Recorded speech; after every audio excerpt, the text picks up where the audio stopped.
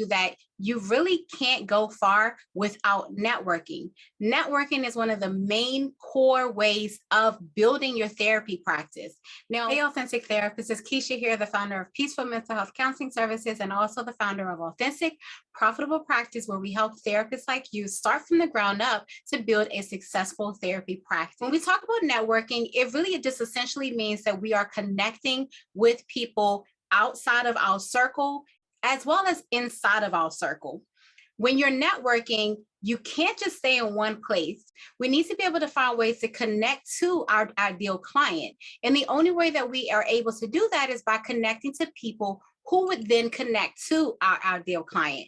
Now, when you talk about networking, it could look like different things. Networking could be you going to doctor's offices. Networking could be you attending workshops. Networking could be you making phone calls. Networking could mean you're having Zoom meetings. The main point is that you're getting outside of your office, be it virtually or an actual office setting. You're getting outside of that normal setting and you're connecting, you're talking to people, you're communicating with people about what the services that you provide, as well as how potential clients could get in contact with you. Now, you can't expect to really build your practice without doing this, because even if you're thinking about this, the idea of that, oh, I'm just going to sit in my office and I'm just going to wait for people to come to me. Maybe by some chance you do have a couple of people that come out to see you. But honestly speaking, the people that are clinicians and that are able to build their therapy practice in a great big way, in a very quick way, are people that are constantly networking. And you can't wait until your caseload gets low. This has to be something that you're doing on a regular basis. So I suggest for therapists to have something on their calendar, even on a monthly basis.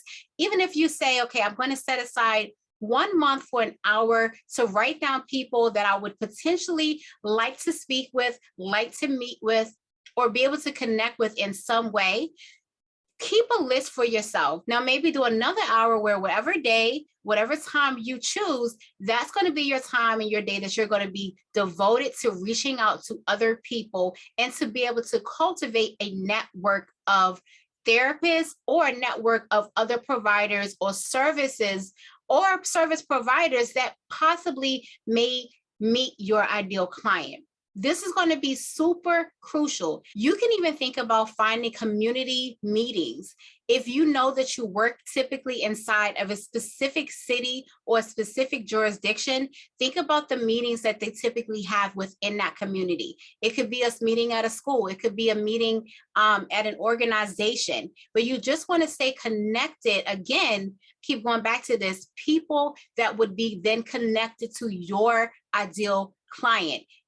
Keep the networking going. Now, a little bit of a tip when you are networking, be relaxed, be yourself, be authentic. We're here talking about being authentic. So even in your networking, you want to be sure that you are being yourself. Now, that means if you are a funny person, be funny. If you are a loving person, show your love.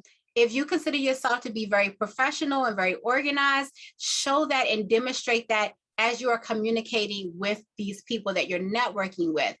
What you want to do is make sure that they can remember something about you. Now, if you are doing the same things, you're acting the same way, you're communicating in the same way that everyone else around them would, then you may not be memorable. Because remember, networking is really about when it comes down to the point when they need to pick up the phone or if they need to send an email, that they're able to reach out to you, and then also that they remember you. So that is really what you want to think about when you're networking, making an impact on yourself, making an impact on the business, making an impact when you connect with the people that you are in front of. You want to be memorable. So this is all I have for you today.